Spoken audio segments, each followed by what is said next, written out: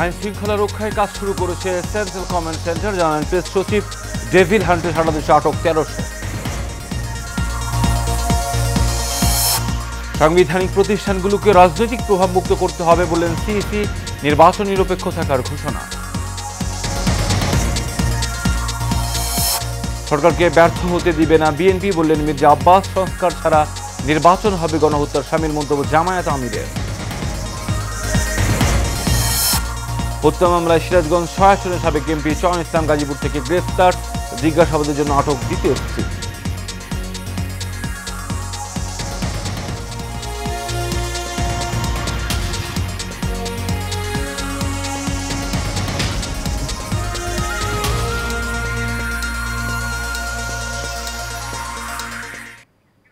স্বাগত এশিয়ান সকালের সংবাদের সঙ্গে আছে আমি কাউসার আহমেদ। এখন শুনছেন বিআরবি কেবল ইন্ডাস্ট্রিয়াল লিমিটেড সংবাদ শিরোনাম। এবার চলে যাচ্ছি বিস্তারিত সংবাদে।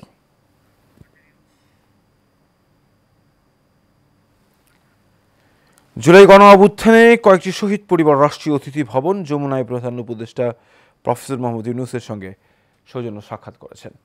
বৈঠকে জুলাই গণ অভ্যুত্থানে হত্যাকাণ্ডের বিচার, জুলাই গণ অভ্যুত্থান অধিদপ্তর গঠন, আহত ও শহীদ পরিবারের রাষ্ট্রীয় সম্মাননা ও স্বীকৃতি, আর্থিক সহযোগিতা ও পুনর্বাসন সহ বিভিন্ন বিষয়ে আলোচনা হয়। প্রধান উপদেষ্টার বৈঠকে শহীদ পরিবারের প্রত্যাশার কথা শুনেছেন এবং সরকারের চলমান কার্যক্রম তুলে ধরার পাশাপাশি ভবিষ্যৎ পরিকল্পনাও তুলে ধরেছেন। এ সময় তথ্য ও সম্প্রচার উপদেষ্টা নাহিদ ইসলাম, জুলাই গণ অভ্যুত্থানে অন্যতম সংগঠক সার্জিস আলম উপস্থিত ছিলেন।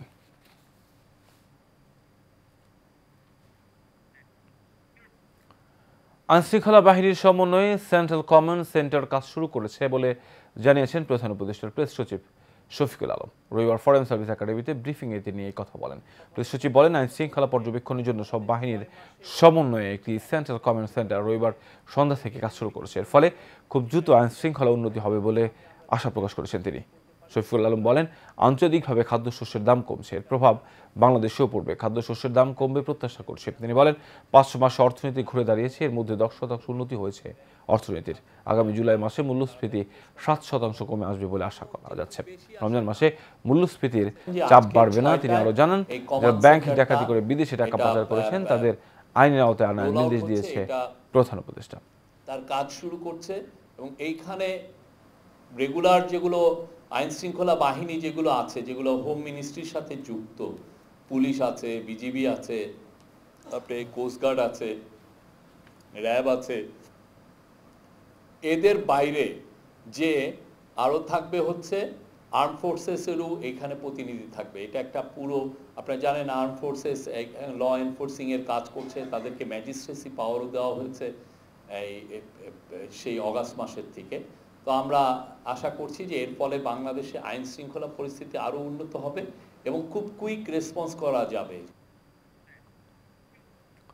সারা দেশে বিশেষ অভিযান অপারেশন ডেভিল হান্ট পরিচালনা করেছে যৌথ বাহিনী। এখন পর্যন্ত এই অভিযানে মোট 1308 জনকে গ্রেফতার করেছে পুলিশ। রবিবার সন্ধ্যায় পুলিশ সদর দপ্তরের এআইজি ইনামুল হক সাগর সাংবাদিকদের এই তথ্য জানান। শয়তান নির্মূল না হওয়া পর্যন্ত অপারেশন ডেভিল হান্ট চলবে বলে জানিয়েছেন স্বরাষ্ট্র উপদেষ্টা মোহাম্মদ জাহাঙ্গীর আলম চৌধুরী। এদিকে সচিবালয়ে ব্রিফিংয়ে স্বরাষ্ট্র মন্ত্রণালয়ের সিনিয়র সচিব নাসিমুল গনি বলেন, যারা দেশে অস্থিতিশীলতা সৃষ্টি করেছে এই অপারেশনে তাদেরকে গ্রেফতার করা হবে। বিস্তারিত নূর মোহাম্মদ ভিয়ার রিপোর্টে। স্বরাষ্ট্র মন্ত্রণালয়ের নির্দেশে গাজীপুর সহ সারা দেশে শনিবারে বিশেষ অভিযান পরিচালনা শুরু করেছে যৌথ বাহিনী, যার নাম অপারেশন ডেভিল হান্ট। এরই অংশ হিসেবে এখন পর্যন্ত গাজীপুরে মোট 65 জনকে গ্রেফতার করা হয়েছে। এই নিয়ে ব্রিফিং করেন স্বরাষ্ট্র মন্ত্রণালয়ের সিনিয়র সচিব নাসিমুল গনি। বলেন, যারা দেশে অস্থিতিশীলতার সৃষ্টি করছে তাদেরকেই চিহ্নিত করতেই অপারেশন ডেভিল হান্ট গঠন। সে কাজের মধ্যে মূলত যে সমস্ত পকেট অফ রেনমেন্টস থেকে দেশে স্টেবল অবস্থাকে আনস্টেবল করার চেষ্টা করা হচ্ছে, সেটাকে আমরা নিউট্রালাইজ করব এবং এর জন্য আইনানুগ পন্থায় যে ব্যবস্থা নেওয়া দরকার সেগুলো নেব আমরা ইনশাআল্লাহ। এদিকে রাজধানী মৃত্তিকা সম্পদ ইনস্টিটিউটের নতুন মৃত্তিকা ভবন উদ্বোধন অনুষ্ঠানে সাংবাদিকদের স্বরাষ্ট্র উপদেষ্টা বলেন, যারা দেশকে অস্থিতিশীল করবে তাদের টার্গেট করেই ডেভিল হান্ট অপারেশন চলবে। ডেভিল মানে কি? শয়তানের তো টার্গেট এটা। যারা দেশকে অস্থিতিশীল করার চেষ্টা করে, এই ক্ষেত্রে যারা আইন অমান্য করে, দুষ্কৃতিকারী এবং সন্ত্রাসী, তারা এইটার টার্গেট। এছাড়া গাজীপুরে ছাত্র জনতার উপর যারা হামলার ঘটনা ঘটিয়েছে তাদের অনেককেই আইনের আওতায় আনা হয়েছে বলেও জানান স্বরাষ্ট্র উপদেষ্টা। নূর মোহাম্মদ ভূঁইয়া, এশিয়ান টেলিভিশন, ঢাকা। নির্বাচন কমিশন সব দল ও গোষ্ঠীকে সঙ্গে নিয়ে নিরপেক্ষ ভূমিকায় থাকতে চায় বলে জানিয়েছেন প্রধান নির্বাচন কমিশনার এএমএম নাসির উদ্দিন। দুপুরে নির্বাচন কমিশন বিটের সংগঠন RFD সাংবাদিক Hussain Zakir best reporting award অনুষ্ঠানে একথা জানান তিনি। সিসি বলেন, সুষ্ঠু নির্বাচনের জন্য সাংবিধানিক প্রতিষ্ঠানগুলোতে রাজনৈতিক নিয়ন্ত্রণ মুক্ত করতে হবে, নয়তো আগের অবস্থায় ফিরে যাবে। তিনি আরও বলেন, নির্বাচন কমিশন কোনো রাজনীতিতে ঢুকতে চায় না, কোনো দলের পক্ষে বা বিপক্ষেও দাঁড়াতে চায় না।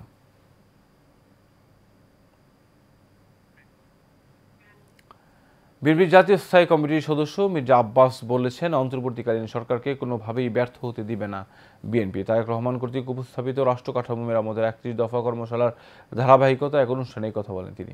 শাহবাগ থানা বিএনপি কর্তৃক আয়োজিত এক কর্মশালা অনুষ্ঠিত হয় সেগুনবাগিচা খেলার মাঠে। কর্মশালায় সভাপতিত্ব করেন বিএনপি ঢাকা মহানগর দক্ষিণের আহ্বায়ক রফিকুল আলম মজনু। এতে প্রধান অতিথি বিএনপির জাতীয় স্থায়ী কমিটির সদস্য মির্জা আব্বাস উপস্থিত থেকে বলেন, ফ্যাসিস্ট আওয়ামী লীগ সরকারের পতনের পিছনে বিএনপির একটি বলিষ্ঠ ভূমিকা ছিল। তিনি আরও বলেন, বিএনপি যাতে ক্ষমতায় যেতে না পারে সেই জন্য অনেকেই বিশ্বদাগার করছেন। অযথা বিএনপির নামে বদনাম ছড়াবেন না।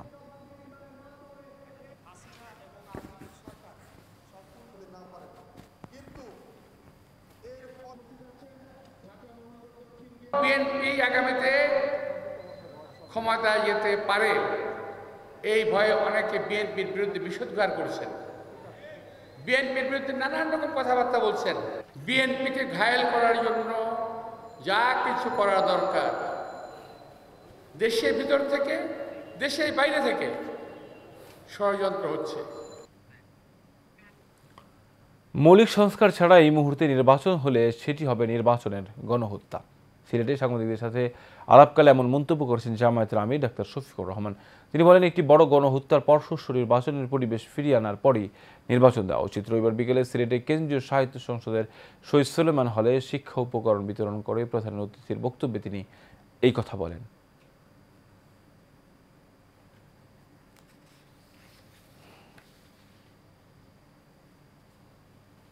আমরা অতীত নিয়ে কামড়াকামড়ি করার পক্ষে না।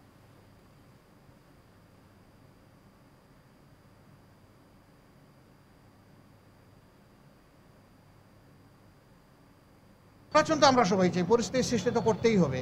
তবে এর আগে আমরা দুটো জিনিস চেয়েছি। একটা হচ্ছে কিছু বেসিক রিফর্ম বা সংস্কার, মৌলিক কিছু সংস্কার করতে হবে, না করলে সুষ্ঠু নির্বাচন করা সম্ভব না।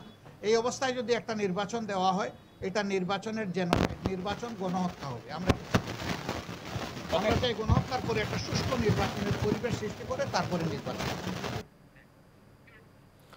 গাজীপুর থেকে সিরাজগঞ্জ 6 আসনের সাবেক সংসদ সদস্য ও শাহজাদপুর উপজেলা আওয়ামী লীগের সভাপতি চয়ন ইসলামকে গ্রেফতার করেছে পুলিশ। রাত 12টার দিকে মাওনা চৌরাস্তা এলাকায় একটি বাসায় অভিযান চালিয়ে তাকে গ্রেফতার করা হয়। বিষয়টি নিশ্চিত করেছেন শ্রীপুর থানার ভারপ্রাপ্ত কর্মকর্তা জয়নাল আবেদিন মণ্ডল। তিনি জানান, গোপন সংবাদের ভিত্তিতে অভিযান চালিয়ে রাত 12টার দিকে মাওনা চৌরাস্তা এলাকা থেকে তাকে গ্রেফতার করা হয়। তার বিরুদ্ধে বৈষম্য বিরোধী আন্দোলনে শিক্ষার্থীদের উপর গুলি করে হত্যার মামলা রয়েছে। গ্রেফতার পর তাকে শ্রীপুর থানা হাজতে রাখা হয়েছে। এদিকে জিজ্ঞাসাবাদের জন্য আটক করা হয়েছে দ্বিতীয় স্ত্রীকেও।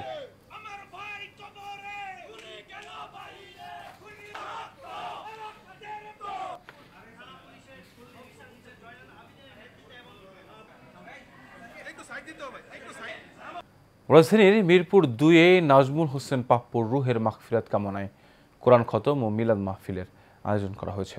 ঢাকা কনফিডেন্স ওয়াশিং এর সামনের আয়োজন করা হয়। এতে উপস্থিত ছিলেন ঢাকা মহানগর উত্তর যুব দলের সদস্য সচিব সাজ্জাদুল মিরাজ, যুগ্ম আহ্বায়ক মনিরুল ইসলাম মনির সহ অনেকে। এই সময় নাজমুল হোসেন পাপ্পুর রুহের মাগফিরাত কামনায় দোয়া করা হয়।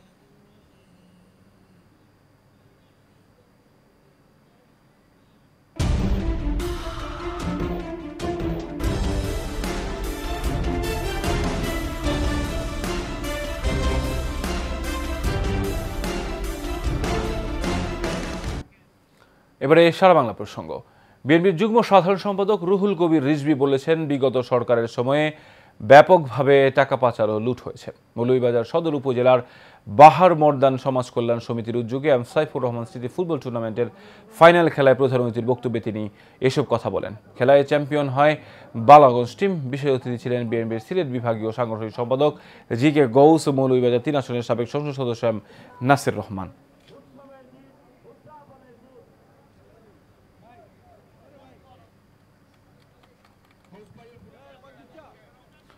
মৌলভীবাজারের শ্রীমঙ্গল মৎস্য অভয়াশ্রম পরিদর্শন করার পাশাপাশি উপকারভোগীদের সাথে মত বিনিময় সভা করেছেন প্রাণী সম্পদ উপদেষ্টা ফরিদা আক্তার। মত বিনিময় সভাপতিত্ব করেন অতিরিক্ত জেলা প্রশাসক শাহিন আক্তার। এ সময় উপস্থিত ছিলেন শ্রীমঙ্গল উপজেলা নির্বাহী কর্মকর্তা মোহাম্মদ ইসলাম উদ্দিন, মৎস্য প্রাণী সম্পদ মন্ত্রণালয়ের যুগ্ম সচিব ডক্টর আবু নাইম, মোহাম্মদ আব্দুস সবুর সহ আরও অনেকে এ সময় উপস্থিত ছিলেন।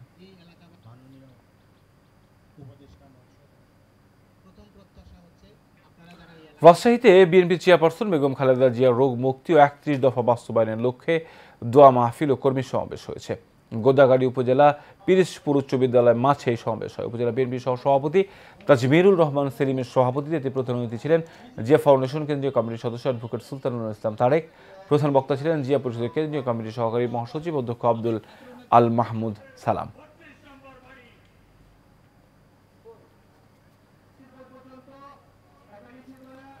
দেশের বিভিন্ন জায়গায় আওয়ামী লীগের লিফলেট বিতরণের প্রতিবাদে শরীয়তপুরের গোসাইরহাটে বিক্ষোভ মিছিল ও সমাবেশ হয়েছে। গোসাইরহাট উপজেলার সাবেক ছাত্রদল নেতা বাপ্পি পেদার নেতৃত্বে দাসের জঙ্গল বাজার থেকে শুরু হয়ে বিভিন্ন সড়ক প্রদক্ষিণ করে। এসব উপজেলা বিএনপি ও সহযোগী অঙ্গ সংগঠনের ১ থেকে ১,৫০০ নেতাকর্মী উপস্থিত ছিলেন। সমাবেশে বক্তব্য রাখেন উপজেলার সাবেক ছাত্রদল নেতা বাপ্পি পেদা সহ আরও অনেকেই।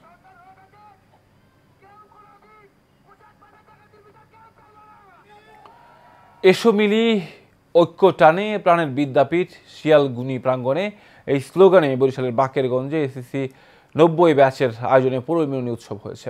উপজেলার শিয়ালগুনি জমির উদ্দিন মেমোরিয়াল ইনস্টিটিউশন প্রাঙ্গণে এই উৎসবের আয়োজন করা হয়। এতে প্রধান অতিথি ছিলেন Kashpia printing and packaging industry limited Shahin Howlader, Muzammel Haque তালুকদারের সভাপতিত্বে উপস্থিত ছিলেন জহিরুল হক তালুকদার সহ আরও অনেকেই।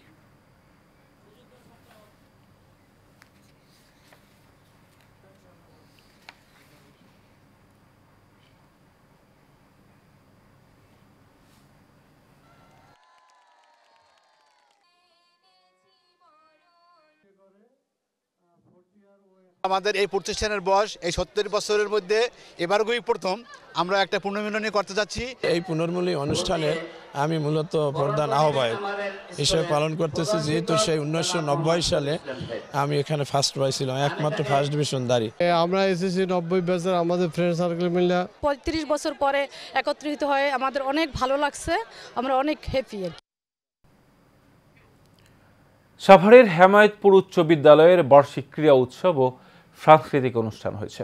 সাংবাদিক শরীফুল ইসলামের সভাপতিত্বে এতে প্রধান অতিথি ছিলেন এজিআই গ্রুপের চেয়ারম্যান চিত্রনায়ক অনন্ত জলিল। বিশেষ অতিথি ছিলেন তেঁতুলজোড়া ইউনিয়ন বিএনপির সভাপতি মহিউদ্দিন, সহসভাপতি অ্যাডভোকেট মেহেদী হাসান সহ আর অনেকেই। পরে বিজয়ীদের মাঝে পুরস্কার দেওয়া হয়।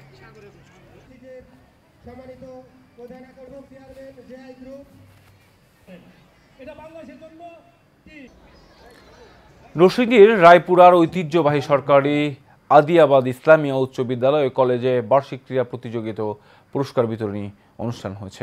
বিদ্যালয়ের মাঝে এর আয়োজন করা হয়। বিদ্যালয়ের সহকারী প্রধান শিক্ষক মাহতাবুদ্দিনের সভাপতিত্বে বিশেষ অতিথি হিসেবে উপস্থিত থেকে অনুষ্ঠানের উদ্বোধন করেন বিদ্যালয়ের প্রাক্তন শিক্ষার্থী ও সিগমা গ্রুপের চেয়ারম্যান মোহাম্মদ আনোয়ার হোসেন ভূঁইয়া।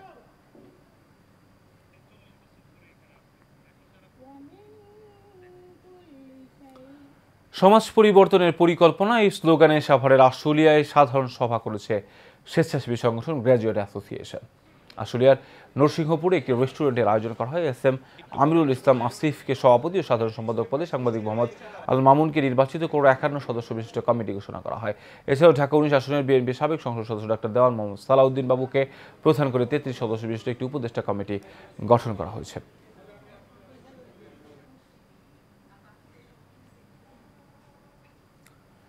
আসুন অসহায় মানুষের পাশে দাঁড়াই, তাদের মুখে হাসি ফুটাই, এই স্লোগানে প্রগতি সেবা ফাউন্ডেশনের উদ্যোগে মাদারীপুরের কালকিনিতে শীতবস্ত্র বিতরণ করা হয়েছে। উপজেলার সাহেবরামপুর শাখা কার্যালয়ের ৪০০ মানুষের মাঝে শীতবস্ত্র বিতরণ করেন প্রতিষ্ঠানের চেয়ারম্যান জাকির হোসেন। উপস্থিত ছিলেন কার্যনির্বাহী কমিটির সাধারণ সম্পাদিকা সুমি আক্তার, উপদেষ্টা পরিষদের সভাপতি মাস্টার আবুল হাশেম ও সহ সভাপতি আল মামুন হাওলাদার সহ আরও অনেকেই।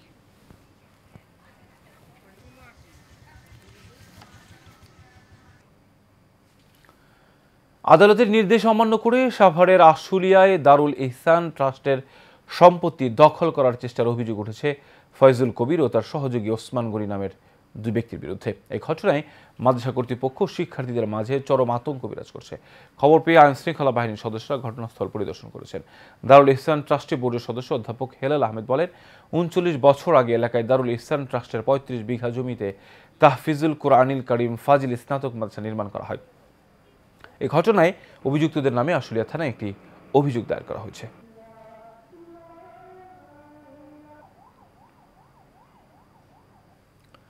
নরসিংদীর শিবপুরের বেতাগিয়া গ্রামে মিথ্যা মামলা দিয়ে হয়রানি করার অভিযোগে গণস্বাক্ষর ও গ্রাম্য সালিশ অনুষ্ঠিত হয়েছে। জয়নগর ইউনিয়ন পরিষদের চেয়ারম্যান নাদিম সরকারের উপস্থিতিতে স্থানীয় লোকজন ও ভুক্তভোগী পরিবারে আয়োজন করে। সুমন আক্তার পপি বাসার চুরির ঘটনায় শিবপুর মডেল থানায় 4 জনের নামে মামলা দেন পপি। আদালত তাদের জেল হাজতে পাঠায়। ঘটনাটি মীমাংসার জন্য স্থানীয় চেয়ারম্যান, ভুক্তভোগী পরিবার ও গ্রামের মান্যগরী ব্যক্তিদের নিয়ে সালিশ হয়।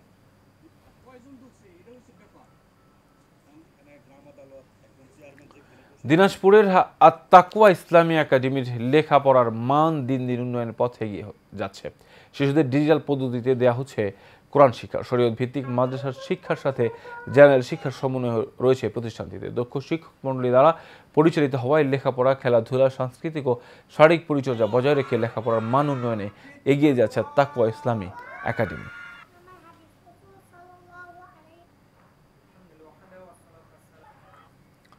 নাটোরের শেখপাড়া এলাকা থেকে গয়াল প্রজাতির একটি নীল ষাঁড় উদ্ধার করেছে স্থানীয়রা। দুপুরে শেখপাড়া থেকে নীল ষাঁড়টি উদ্ধারের পর স্থানীয় ইউপি সদস্য আব্দুল সালামের বাড়ির সামনে রাখা হয়। পরে পুলিশ ও উপজেলা প্রাণী সম্পদ দপ্তরের কর্মকর্তারা গিয়ে নীল ষাঁড়টি হেফাজতে নেয়। অন্যদিকে উপজেলা নির্বাহী কর্মকর্তা তাবাসসুম প্রভা জানান, গোয়াল প্রজাতির নীল ষাঁড়টি বন্যপ্রাণী ও প্রকৃতি বিভাগের কাছে হস্তান্তর করা হয়েছে।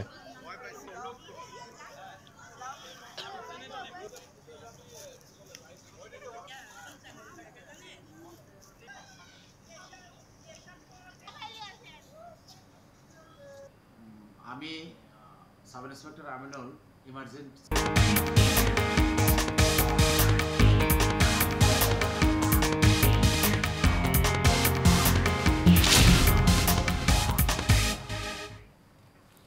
এবার আন্তর্জাতিক সংবাদ।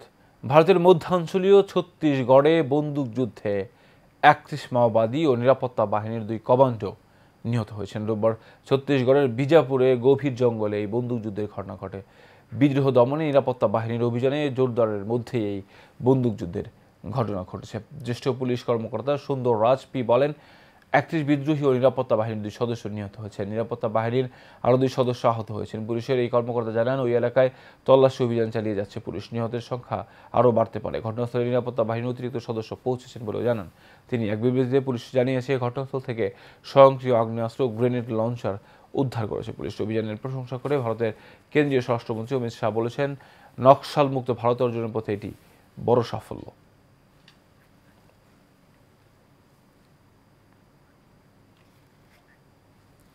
চট্টগ্রাম প্রেস ক্লাব মিলনায়তনে রাজভিয়া নুরিয়া কমিটির উদ্যোগে যৌতুক ও মাদক বিরোধী আলোচনা সভা অনুষ্ঠিত হয়েছে। সংগঠনের কেন্দ্রীয় চেয়ারম্যান মাহমুদুল হক রাজীবের সভাপতিত্বে এতে প্রধান অতিথি ছিলেন ত্রাণ উপদেষ্টা ফারুকী আজম। এসব উপস্থিত ছিলেন আঞ্জুমানে রাজভিয়া নুরিয়া ট্রাস্টের প্রেসিডেন্ট আল্লামা আবুল কাশেম নুরি, সুন্নি নুরানী বোর্ডের প্রতিষ্ঠাতা চেয়ারম্যান আসাদ মোহাম্মদ জুবাইর, সদস্য সচিব মোহাম্মদ জাকারিয়া সহ অনেকে এই সময় উপস্থিত ছিলেন।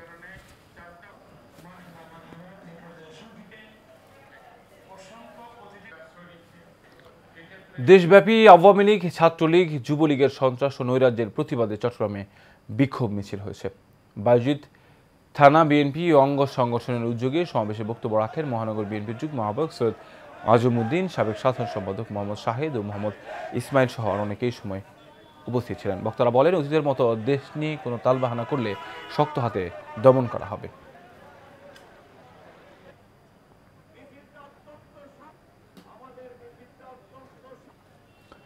চট্টগ্রাম নগরীর 5 তারকা হোটেল রেডিসন ব্লু ভিউতে শুরু হয়েছে প্রি রমাদান এক্সিবিশন। নিত্য নতুন ফ্যাশনকে রাঙিয়ে দিতে এবং আধুনিক লাইফস্টাইলে সর্বজনীনভাবে চট্টগ্রামবাসীর মধ্যে ছড়িয়ে দিতে আয়োজন। পোশাক, জুয়েলারি, জুতা থেকে শুরু করে নানা আয়োজন রয়েছে এই মেলাতে। মেলায় অংশ নিয়েছে ঢাকা, চট্টগ্রাম ও আন্তর্জাতিক পর্যায়ে স্বনামধন্য 80 জনেরও বেশি উদ্যোক্তা, ফ্যাশন ডিজাইনার, স্বনামধন্য ব্র্যান্ড প্রতিষ্ঠান ও জুয়েলারি এক্সপার্ট। মেলা উদ্বোধন করেন city mayor doctor Sadat Hossain.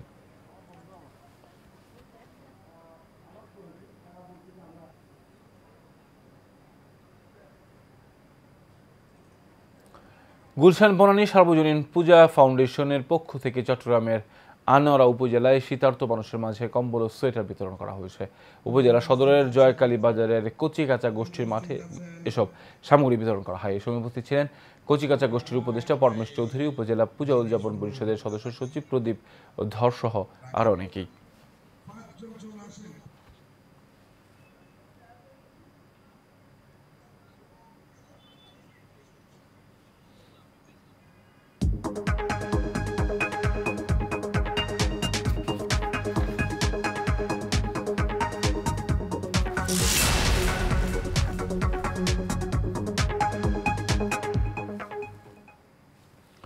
Exim bank বাণিজ্য সংবাদ। রাঙ্গামাটির বিলাইছড়িতে প্রায় 60 কিলোমিটার এলাকা জুড়ে বাণিজ্যিকভাবে করা হয়েছে সিম চাষ। এছাড়া বাদাম সহ বিভিন্ন জাতের সবজিও চাষ করা হয়েছে। এর মধ্যে প্রায় 10 কিলোমিটার সদর ইউনিয়ন ও 50 কিলোমিটার এলাকা পড়েছে ফারুয়া ইউনিয়নে। প্রতি বছরের মতো এই বছরও ফারুয়া ইউনিয়নে সিম, বাদাম সহ বিভিন্ন সবজি বাণিজ্যিকভাবে চাষ করা হয়েছে। যেদিকে চোখ যায়, রাইহাং নদীর দুই পাড়ে সিম চাষের ফলে গড়ে উঠেছে সবুজের সমারোহ। এছাড়াও সিম ছাড়াও সমন্বিতভাবে চীনাবাদাম, ফরাস সিম, ভুট্টা ও নানা ধরনের সবজি চাষ করা হয়েছে। এতে এ ব্যাপারে অতিরিক্ত দায়িত্বে থাকা উপজেলা কৃষি অফিসার শাহনাজ আক্তার বলেন, সিম ও বাদাম চাষ এখন ফারুয়া এলাকার জন্য নতুন পরিচিতি লাভ করেছে। যে এই ফারুয়া ইউনিয়নে অনেক সিম, আগে তো তামাক চাষ হতো, সে তামাক চাষকে বাদ দিয়ে এখন তারা সিম চাষ, বাদাম চাষ করছেন এবং উপজেলা প্রশাসন থেকে নাকি তারা কোনো সার্বিক সহায়তা পাচ্ছেন না। এই সবজি চাষের লাগে কোনো ধরনের বীজ এবং নদে বেশি নদে এবং ওষুধও নদে। তারা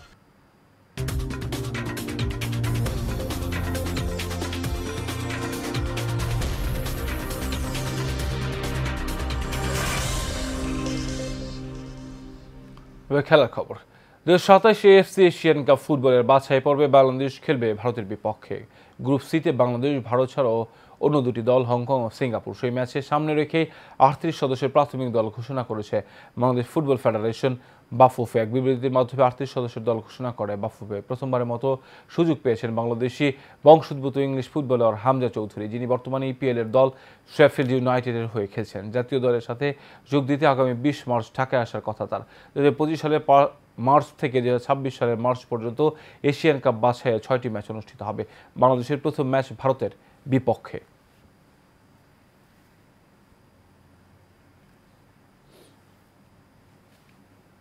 শেষ করবে এশিয়ান সকালের সংবাদ। এর আগে বিআরবি কেবল ইন্ডাস্ট্রিয়াল লিমিটেড সংবাদ শিরোনাম জানাবো আরও একবার।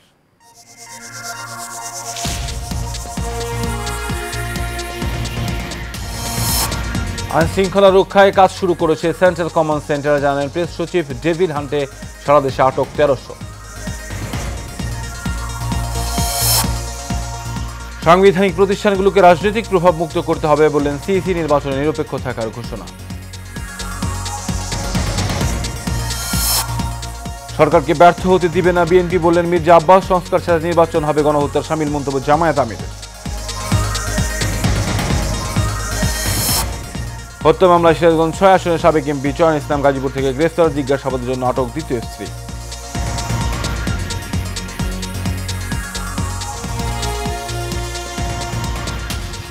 এশিয়ান সকালের সংবাদ এ পর্যন্তই। পরের সংবাদ দেখার আমন্ত্রণ রইল। ধন্যবাদ সবাই।